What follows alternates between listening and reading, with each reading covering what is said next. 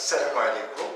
Donc, la deuxième leçon sur les ondes mécaniques progressives périodiques. Mais avant de faire cette leçon, j'estime que c'est très utile de parler d'un appareil qui est le stroboscope. Donc, c'est un appareil très utilisé lorsqu'on étudie les mouvements périodiques très rapides. Donc, on utilise ce qu'on appelle le stroboscope. Bon, le stroboscope, c'est un appareil électronique qui émet des éclairs très rapides. Donc, des éclairs,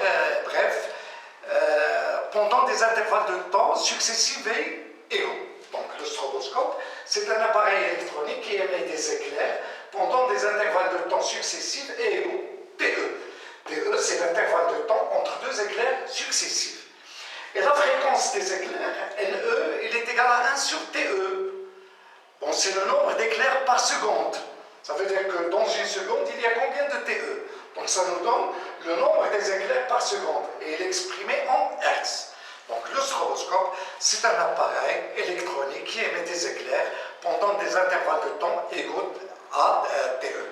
NE, c'est la fréquence des éclairs. Donc, et le stroboscope, il est utilisé pour étudier les mouvements périodiques très rapides.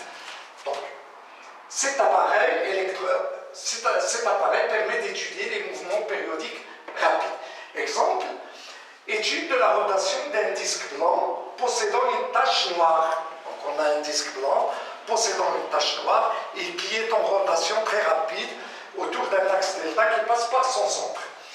T, c'est la période de rotation, et L, c'est la fréquence qui est égale à 1 sur T, et qui est exprimée en Hertz. Là, pour le stroboscope, j'ai oublié de vous dire que la fréquence des éclairs est réglable. On peut la régler, on peut la changer. Voilà, bon. Lorsqu'on voit le disque, on regarde le disque sans stroboscope, on ne peut pas repérer la position de la tache à un instant donné. Tout ce qu'on voit, c'est une couronne qui est floue, une couronne floue. On ne peut pas localiser la position de la tâche à un instant donné.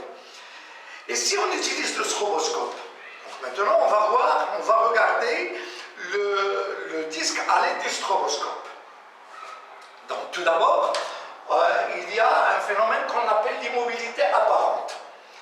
Donc l'immobilité apparente, qu'est-ce qu'on fait? On règle la fréquence des éclairs et qu'est-ce qu'on constate? Pour certaines valeurs de la fréquence des éclairs, on a l'impression que la tâche est immobile. Donc pour certaines valeurs de NE, le disque apparaît immobile, ça veut dire que la tâche apparaît immobile. Donc on va interpréter ça. Donc si la tâche apparaît immobile, ça veut dire quoi? Ça veut dire qu'entre deux éclairs successifs, le disque fait un tour complet ou bien 4 tours avec K appartient à n étoile. Donc, c'est-à-dire que pendant un premier éclair, la tâche est ici. Pendant le deuxième éclair, la tâche se trouve au même endroit. Et pendant le troisième éclair, la tâche se trouve au même endroit. Voilà, et par conséquent, la tâche apparaît immobile. La relation entre la fréquence des éclairs et la fréquence du mouvement de rotation du disque pour avoir une immobilité apparente, c'est ce qu'on va voir. Bon, entre deux éclairs successifs, le disque fait un tour complet ou 4 tours. L'intervalle de temps entre deux éclairs successifs, c'est TE. Et la période de la rotation du disque, c'est T. Si le disque fait qu'un tour entre deux éclairs successifs, ça veut dire que TE est égal à quoi? Est égal à K fois T. Ça, c'est la relation entre la période des éclairs et la période de rotation du disque pour avoir une immobilité apparente. Avec K appartient à N étoile. La relation entre les fréquences, donc on a TE est égal à KT, ça veut dire que 1 sur T est égal à K sur TE, c'est-à-dire que N est égal à K fois NE. Ça, c'est la relation entre la fréquence de rotation du disque et la fréquence des éclairs pour avoir une immobilité apparente, pour que la tâche apparaît immobile.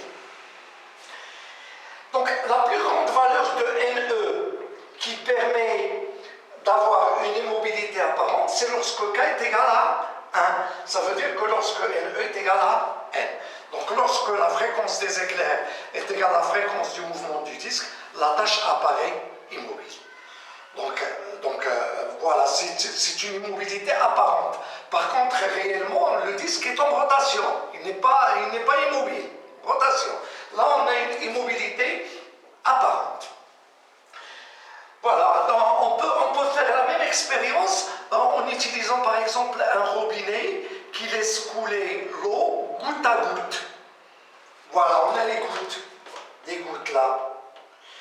Si la fréquence des gouttes est égale à la fréquence des éclairs, on regarde les gouttes à l'aide d'un stroboscope. Et si la fréquence des éclairs est égale à la fréquence des gouttes, ça veut dire que l'intervalle de temps entre deux éclairs successifs est égal à l'intervalle de temps entre deux gouttes successives émises par le robinet. Donc que se passe-t-il? On observe des gouttes immobiles. On va interpréter ça. Donc on voit là, on a des gouttes. Bon, si pendant le premier éclair, les gouttes sont là, pendant le deuxième éclair, que se passe-t-il? Cette goutte vient prendre la place de celle-là. Et cette goutte prend la place de celle-là, et ainsi de suite. Ça veut dire que chaque goutte prend la place de la goutte qui la précède. Et par conséquent, qu'est-ce qu'on voit? On voit des gouttes immobiles. Apparemment, c'est une immobilité apparente. Voilà, on voit des gouttes immobiles dans l'espace. On peut faire cette expérience si on possède un stroboscope et on laisse couler l'eau goutte à goutte. On peut régler la fréquence des éclairs de telle sorte qu'on observe des gouttes immobiles. Deuxième voilà, phénomène, c'est le mouvement apparent au ralenti. Donc pour voir un mouvement apparent au ralenti, qu'est-ce qu'il faut faire? Tout d'abord, on règle la fréquence des éclairs sur la valeur NE est égale à N. Donc si NE est égal à N, qu'est-ce qu'on constate? La tâche apparaît immobile. Voilà. Après, on diminue la valeur de la fréquence des éclairs légèrement. Donc, on diminue légèrement la valeur de NE. Qu'est-ce qu'on observe? On observe un mouvement apparent, ce n'est pas un mouvement réel, un mouvement apparent au ralenti dans le sens réel du mouvement, dans ce sens. Voilà. Donc, on observe la tâche au ralenti, dans le sens réel du mouvement. Donc, on va interpréter ça. Donc, que se passe-t-il? Donc, interprétation. Si NE est inférieur à N légèrement, ça veut dire que TE est supérieur à T. TE, c'est l'intervalle de temps entre deux éclairs successifs, et T, c'est la période du disque. Pourquoi? Parce que NE est égal à 1 sur TE et N est égal à 1 sur T. Si NE est inférieur à N, ça veut dire que TE est supérieur à T, légèrement. Donc, que se passe-t-il? Si on a pendant un premier éclair, la tâche est là, on a TE supérieur à T. Donc, pendant le deuxième éclair, que va faire la tâche? La tâche va faire un tour et un petit chouïa. Le troisième tour, la tâche va faire aussi un tour et un petit chouïa. Donc nous, entre deux éclairs, on ne voit pas que la tâche fait un tour et un petit chouïa. Qu'est-ce qu'on regarde? Qu'est-ce qu'on voit? On voit ce petit chouïa. Donc par conséquent, on observe un mouvement au ralenti dans le sens réel du mouvement. Donc voilà, donc là, on observe un mouvement au ralenti.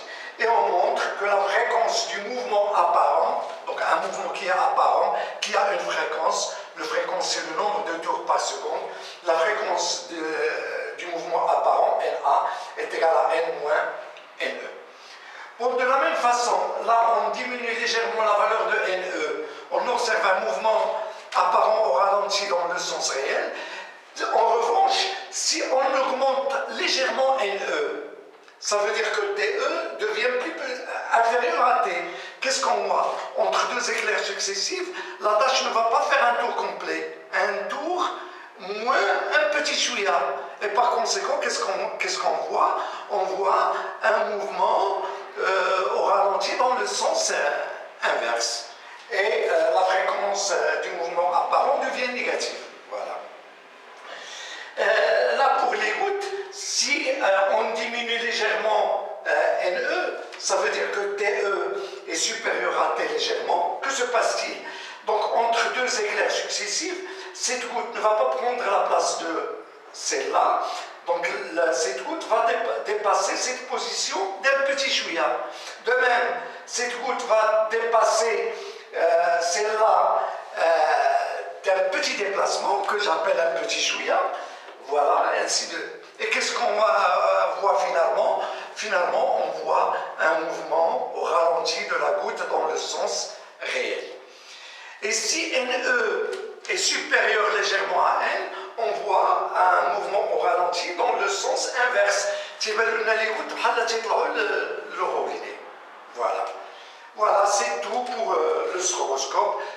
Donc, j'estime que est très intéressant de parler du stroboscope, car on va en parler dans la leçon sur les ondes progressives mécaniques, donc dans la vidéo prochaine. Donc je résume, le stroboscope c'est un appareil électronique qui émet des éclairs pendant des intervalles successifs égaux TE. TE c'est l'intervalle de temps entre deux éclairs successifs. NE c'est la fréquence des éclairs qui est égale à 1 sur TE. Et le stroboscope nous permet d'étudier les mouvements périodiques très rapides, tels que par exemple le mouvement de rotation d'un disque autour d'un axe delta, un mouvement très rapide. Donc on peut voir une immobilité apparente lorsque la fréquence de rotation du disque est égale à KNE, ou bien lorsque NE est égal à N, on a une immobilité apparente. Et on peut voir un mouvement au ralenti dans le sens, un mouvement apparent au ralenti dans le sens réel, lorsque NE est inférieur à N légèrement. Et si NE est supérieur à N légèrement, on voit un mouvement apparent dans le sens